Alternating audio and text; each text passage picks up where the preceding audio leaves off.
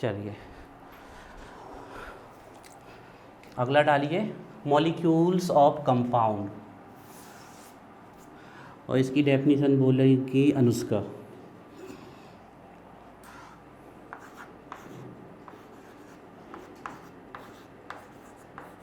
Molecules of compound,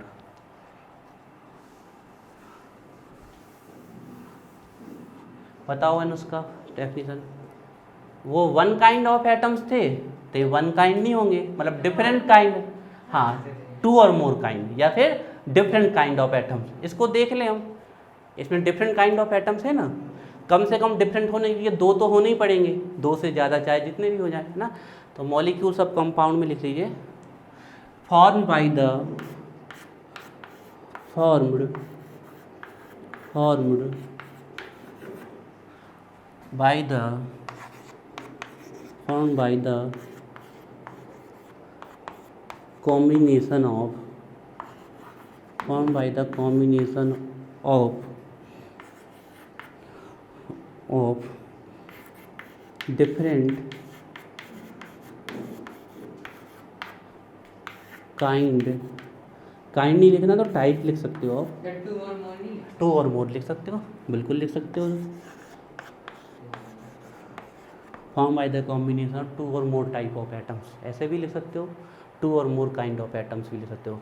form by the combination of different kind of atoms, they are also called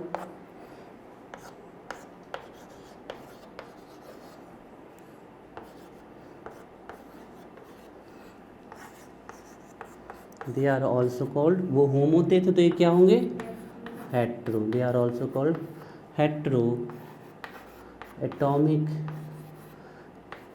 hetero का मतलब क्या होता है, जो यूनिफॉर्म नहीं हो, अलग अलग हो, है ना। दे ऑल्सो कॉल्ड हेट्रोटॉमिक और heteronuclear molecule. They are also called heteronuclear.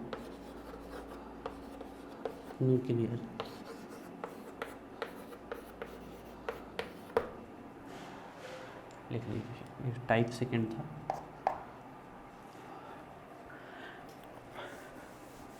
बन जाएंगे अभी मॉलिक्यूल। एग्जाम्पल लिखते हैं। एग्जाम्पल बताएगा हमें प्रांजल। हम फॉर्मूला पूछते जाएंगे, बताते जाना, ठीक है। बताओ फॉर्मूला ऑफ एक्वा। एक्वा का फॉर्मूला बताओ। हाँ एक्वा रेजियो बता दो, बताओ एक्वा रेजियो। तुमने, हमने एक्वा बोला। एक्वा गार्ड सुना, ऐसा गार्ड जो एक्वा की रक्षा करे, उसमें क्या भरा रहता है, एक्वा मीन्स क्या, तो वही तो बोला है बेटा, H2O।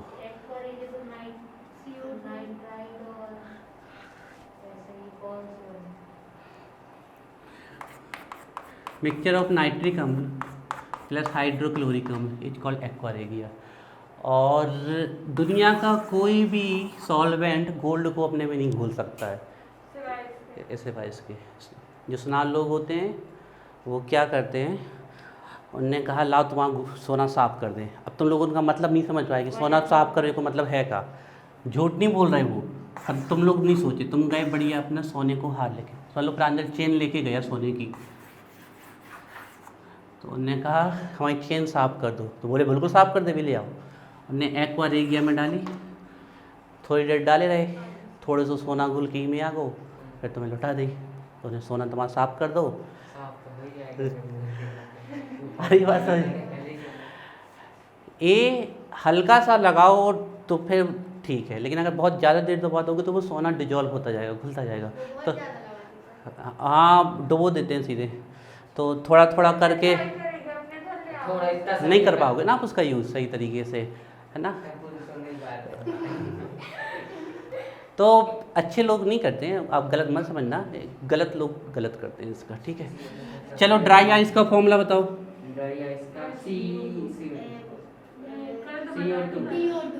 PO2 D2 वो तो हैवी वाटर का, CO2 नहीं होता है ड्राई आइस, सॉलिड CO2, ध्यान रखना। CO2 तो कार्बन डाइऑक्साइड है यार, ठीक है। चलिए CO2, अमोनिया का फॉर्मूला बताओ।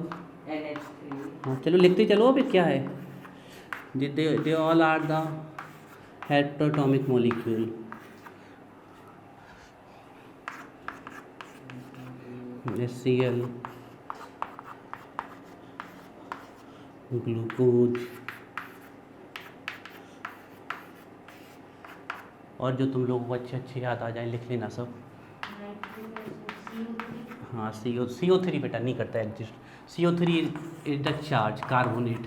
अब ये CO3-2, अगर इसको एडजस्ट करना है तो इसके साथ +2 चार्ज चाहिए, जैसे कि H2CO3, Na2CO3, K2CO3, है ना, ये बन जाएगा। HO3 होता ही नहीं है कोई, H3O पॉजिटिव, हाइड्रोनियम आयन, ठीक है, वो सिर्फ सोल्यूशन में एग्जिस्ट करता है। हाँ कुछ बोल रहे थे, क्या लिखना है और बताओ। Nitric acid HNO3, nitrous oxide, हाँ नाइट्रस ऑक्साइड लिख देते हैं पहले, नाइट्रस एसिड लिख दें, HNO2, nitrous oxide, this is nitrous oxide. इस फॉर्मूले को अच्छे से लिख लो। एल्कोहल, यस सब, हाँ क्लोरोफिल, क्लोरोफॉर्म का फॉर्मूला बताओ सोम। तो तुम 11th में आ गए। CSCl3, ये क्लोरोफॉर्म। हाँ ठीक है, बस क्या तुम्हें तो होना चाहिए सर और, क्योंकि आज याद कर लेंगे तो कल दिक्कत नहीं दोगे ना, ठीक है। दिस इज अ क्लोरोफॉर्म, इसमें एनेस्थीसिया हिप्नोटिक प्रॉपर्टी पाई जाती है। 10 से 15 मिनट अगर स्मेल करोगे तो बेहोशी आने लगेगी। N2 is called N2O nitrous oxide. नहीं तुम्हें बेटा क्या करने को, जैसे पिक्चर में दिखाते हैं ना कि क्लोरोफॉर्म लगाया नहीं और बेहोश हो गए, तुमने अगर ऐसे असली में करो तो भयंकर घले।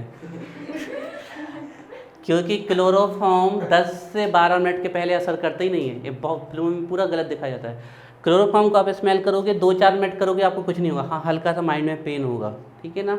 10-12 मिनट जब स्मेल किया जाता है क्लोरोफॉर्म को, तब जाके वो बेहोश होने लगता है। अरे पीने वाली चीज़ थोड़ी है। Nitrous oxide, this is a laughing gas, हाँ जिससे हंसी आती है। आंसू गैस बेटा कई प्रकार की होती है, उसमें जैसे हाँ टीयर गैस की, अब पर्टिकुलर टीयर गैस की हम बात नहीं कर रहे, लेकिन हम तुम्हें एक टीयर गैस का नाम बता देते हैं। हाँ क्या, हाँ अनियन से भी निकलता है, लेकिन उसमें कौन सा केमिकल है ये अभी बता पाना मुश्किल है। हम एक टीयर गैस का नाम बता देते हैं आपको, chloropicrin is a tear gas, इससे आंसू आते हैं। क्लोरोपिक्रिन का फॉर्मूला होता है CCl3। किसमें, वो ग्लिसरीन लगाते हैं, कई तरीके हो सकते हैं। एक चीज तो विस्फोट होगा, फिर क्या होता है, पोटेशियम परमैंगनेट बहुत खतरनाक ऑक्सीडाइजिंग एजेंट है, मेडिकल में आपको नहीं मिलेगा। सबसे स्ट्रॉन्ग ऑक्सीडाइजिंग एजेंट में आता है पोटेशियम KMnO4, हो सकता है उसके बहुत सारी यूज देखेंगे। चलिए पहले इसको लिख लीजिए, नाइट्रस ऑक्साइड या लाफिंग गैस, इन सब पे हम चर्चा करेंगे बाद में, अभी इनको लिख लीजिए। हो गए, तो ये मॉलिक्यूल, अच्छा प्रॉपर्टी जो डाल लो हेडिंग, आप मॉलिक्यूल की कुछ प्रॉपर्टीज लिख ले। क्या मॉलिक्यूल को डिवाइड किया जा सकता है, यस किस में डिवाइड कर सकते हैं, एटम से, है ना। तो प्रॉपर्टी डालिए heading,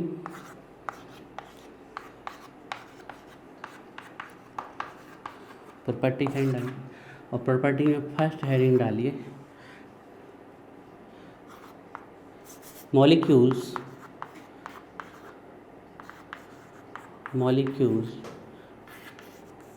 can divide further into atoms, ठीक है।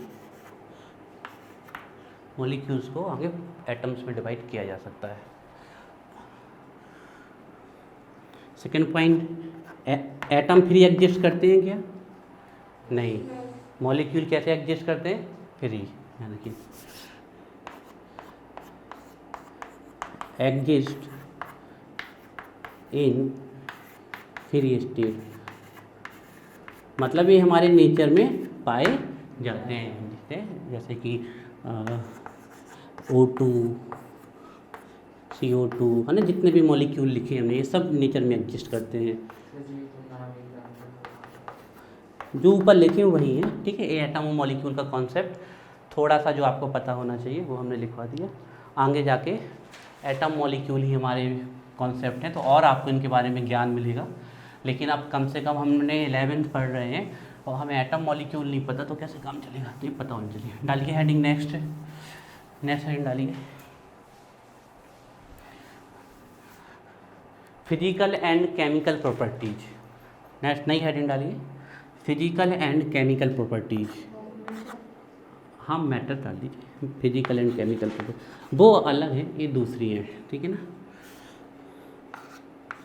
वो फिजिकल क्लासिफिकेशन किया था, यहाँ पर हमने फिजिकल प्रॉपर्टी पढ़ रहे हैं, अलग ही हेडिंग। हाँ अलग नई हेडिंग बिल्कुल, physical and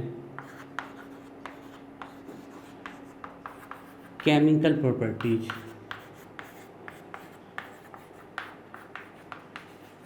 physical and chemical properties,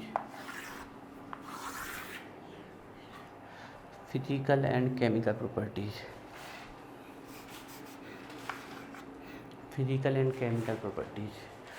बता सकते हो वाट आर फिजिकल क्लासिफिकेशन नहीं पढ़ रहे बेटा, ये प्रॉपर्टीज लिखी है, वो क्लासिफिकेशन है। फिजिकल एंड केमिकल प्रॉपर्टीज में क्या डिफरेंस है? फिजिकल जो अपन कह सकते हैं हाथों से और बिना उसे नुकसान पहुंचाए, और केमिकल हाँ ठीक केमिकल रिएक्शन ठीक, काफ़ी हद तक सही हो। देखिए फिजिकल प्रॉपर्टीज वो प्रॉपर्टीज होती है जिनका मेजरमेंट करने के लिए या ऑब्जर्वेशन करने के लिए हमें उनमें कोई चेंज करने की ज़रूरत नहीं है। जैसे पानी की फिजिकल स्टेट बताने के लिए हमें कुछ करने की ज़रूरत नहीं है, हम देख के बता सकते हैं कि पानी की फिजिकल स्टेट क्या है, लिक्विड। बात समझ में आ रही है? अब पानी का हमें बॉइलिंग पॉइंट बताना है तो सिर्फ उसको बॉयल करना है रूम टेम्परेचर पे और थर्मामीटर से उसको चेक कर लेना है। इसके लिए हमें पानी का जो स्ट्रक्चर उसको चेंज करने की ज़रूरत नहीं है। तो melting point, boiling point, density, water की डेंसिटी पता करने के लिए हमें कुछ बहुत ज़्यादा करने की जरूरत नहीं है, वो तो हम पहले ही से देख रहे हैं कि कम डेंस है। सबसे ज़्यादा डेंस क्या होते हैं? सॉलिड। कलर, किसी चीज़ का कलर बताने के लिए हमें क्या कोई चेंज चाहिए? नहीं। किसी की स्मेल बताने के लिए क्या चेंज चाहिए? नहीं। तो ऐसी प्रॉपर्टी जिनका मेजरमेंट करने के लिए हमें किसी प्रकार के चेंज की ज़रूरत नहीं है, वो हमारी कहलाती हैं फिजिकल प्रॉपर्टीज। अब बात आई केमिकल प्रॉपर्टीज। केमिकल प्रॉपर्टीज वो प्रॉपर्टीज होती हैं उनके बारे में आप तब तक बता ही नहीं सकते जब तक उनमें कोई केमिकल चेंज ना आए। जैसे हमसे कोई कहे एसिड बताओ, तो हम एसिड किसी को देख के तो नहीं बता सकते, इसके लिए हम एक केमिकल चेंज करते हैं, ब्लू लिटमस पे डिप करते हैं तो वो कैसा हो जाता है? तो एक केमिकल चेंज हुआ ना इसको।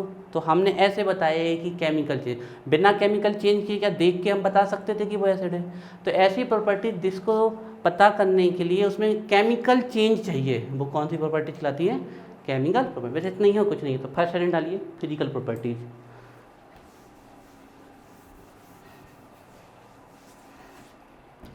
फर्स्ट हेडिंग डालिए, फिजिकल प्रॉपर्टीज। फिजिकल प्रॉपर्टीज डालिए फर्स्ट हेडिंग। लिखिए इसमें फिजिकल प्रॉपर्टी में दोज प्रॉपर्टीज ऑफ मैटर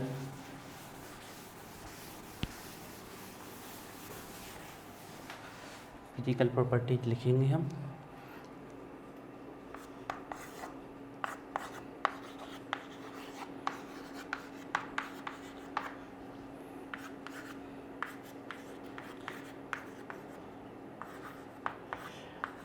आपकी पूरी केमिस्ट्री में सबसे बड़े चैप्टर अगर हम बात कर लें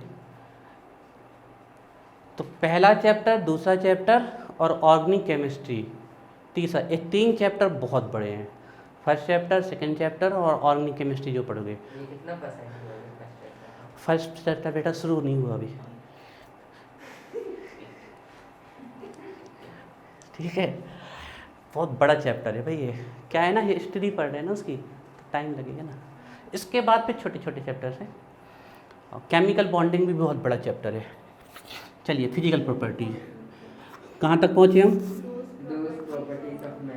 लिखिए those properties of matter, those properties of matter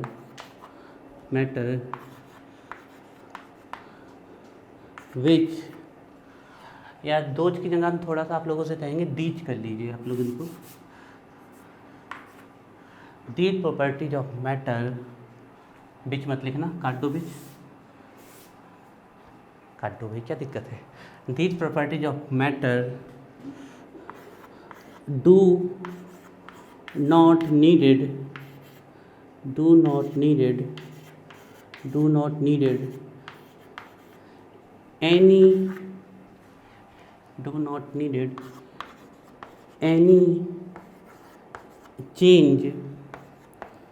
any change in composition. These properties of matter do not need any change in composition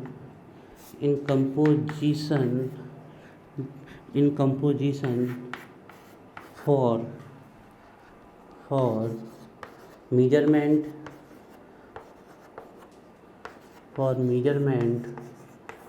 or observation.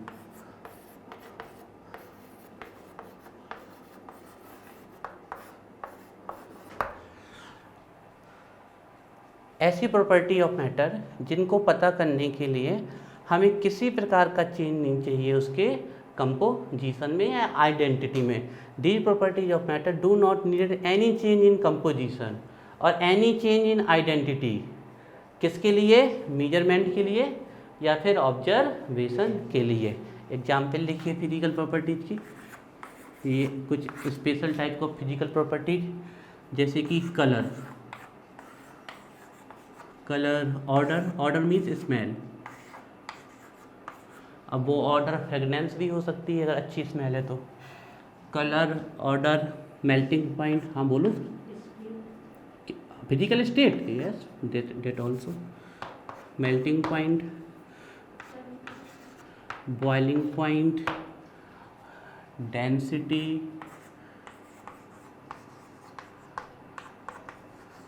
Physical state, etcetera. Physical state etcetera. ठीक है, डालिए heading chemical property.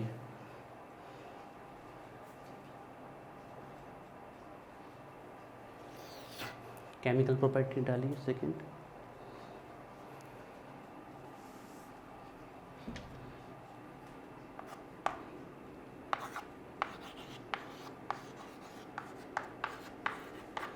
लिखिए इसमें these properties of matter, these properties of matter needed these properties of matter needed chemical change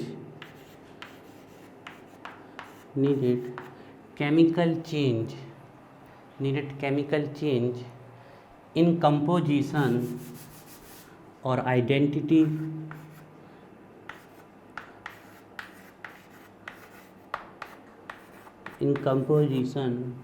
or identity for measurement or observation. These properties of matter needed chemical change in composition or identity for measurement or observation. Simple सा है, एक ही word है। जिनको पता करने के लिए कोई चेंज नहीं चाहिए हमें वो फिजिकल, और जिनको पता करने के लिए केमिकल चेंज चाहिए वो केमिकल। बन जाएंगे ना उसका?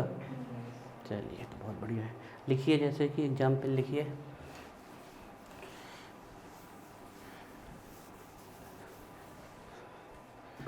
एग्जाम्पल में इसकी लिख लीजिए जैसे कि एसिडिसिटी। नेक्स्ट लिखिए बेसिसिटी,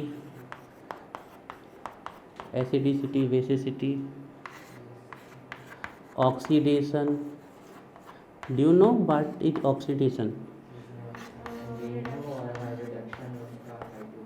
बेस जो मतलब ऑक्सीजन दे हाइड्रो जहाँ से तुम लोग ऑक्सीडेशन और रिडक्शन बताते हो 11th में, ऑक्सीडेशन रिडक्शन उससे कई दूर से स्टार्ट होता है. ऑक्सीडेशन रिडक्शन रिएक्शन बैलेंस की है.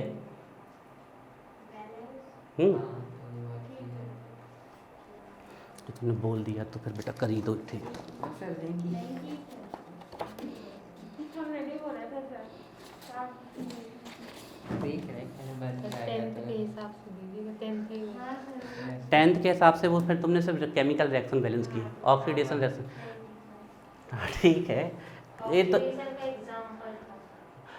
हाँ बस उसके अलावा कुछ नहीं किया. आप लोगों ने बोला addition of oxygen, oxidation, addition of hydrogen. हाँ तुम कुछ बोले. इलेक्ट्रॉन्स. इलेक्ट्रॉन का एडिशन नहीं, removal of electron is called oxidation और गेनिंग ऑफ इलेक्ट्रॉन रिडक्शन. ये मेन कॉन्सेप्ट है ऑक्सीडेशन रिडक्शन का. और 10th में गलत दिया नहीं 10th में गलत नहीं थी. तो कम दिया इलेक्ट्रॉन का तो नाम नाम ही है हाँ तो वो सही है ना. Addition of oxygen is oxidation, addition of oxygen oxidation, removal of hydrogen is also oxidation, addition of electronegative element is also oxidation, removal of electropositive element is oxidation. कई तरीके से ऑक्सीडेशन होते हैं. इस चैप्टर में हमारी किस्मत अच्छी है कि 11वीं में चैप्टर ही पूरा है, तो आप ऑक्सीडेशन रिडक्शन पूरा सीखिए. पूरा पूरा चैप्टर रेडॉक्स रिएक्शन नाम से. चलिए colour, order, melting point, boiling point, density, physical state, strata physical की थे, ये केमिकल के थे. मेल्टिंग पॉइंट बॉइलिंग पॉइंट में तो उबालना पड़ेगा. तो अब कंपोजिशन में तो चेंज नहीं ला रहे ना. और जब उबलेगा तो वेपर जाएगा. कंपोजिशन चेंज करके दिखाओ मैं. H2O लिक्विड और H2O जब वेपर में जाएगा तो उसका फॉर्मूला बताओ. कंपोजिशन चेंज नहीं हुआ, क्या चेंज हुआ? कंपोजिशन जब फॉर्मूला चेंज हो जाए दैट मीन्स कंपोजिशन चेंज. यहाँ तो कंपोजिशन सेम है, यहाँ भी H2O है, यहाँ भी H2O है, सिर्फ स्टेट बदली है यहाँ पर. तो कंपोजिशन में चेंज कुछ नहीं हुआ.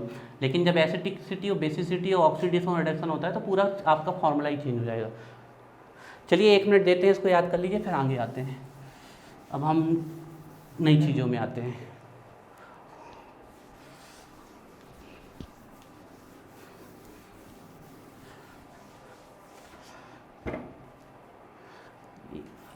कितना सफ़ेद हो गया है.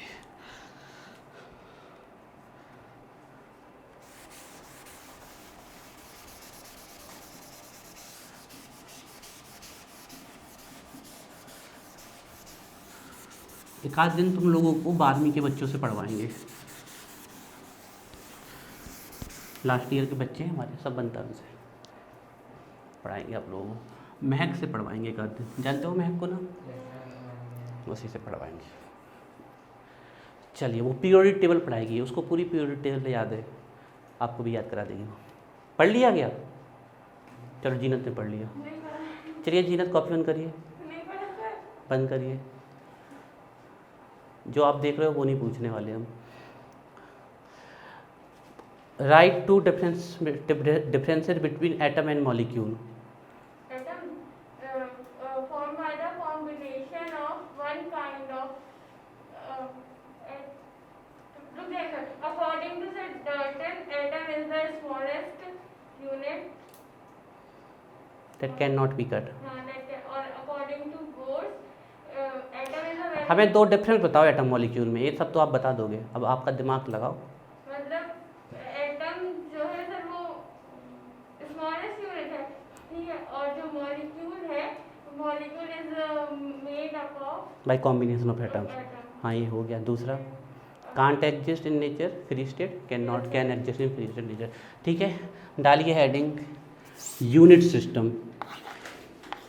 ये सब फिजिक्स का है, पता नहीं केमिस्ट्री में क्यों रख दिया.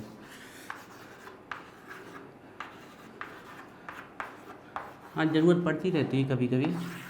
यूनिट सिस्टम फिजिक्स और केमिस्ट्री की थर्मोडायनामिक्स बहुत सिमिलर होने के बाद भी डिफरेंट है. दोनों के फॉर्मूले जस्ट एक दूसरे से अपोजिट बनेंगे. ठीक है ना, तो काफ़ी हद तक सिमिलर है लेकिन फिर भी डिफरेंस होता है. यूनिट सिस्टम में सबसे पहले हम कोई भी फिजिकल क्वांटिटी आपके सामने लिख रहे हैं, ठीक है, या हम मैट्रिक्स सिस्टम आपको बताते हैं सबसे पहले, ठीक है। यूनिट सिस्टम में मैट्रिक्स सिस्टम,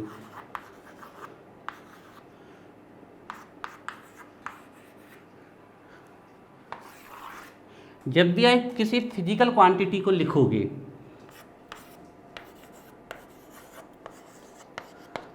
अभी ये जनरल चल रहा है, आप लोग भी ऐसे ही लिखते हैं जैसे हम लिख रहे हैं।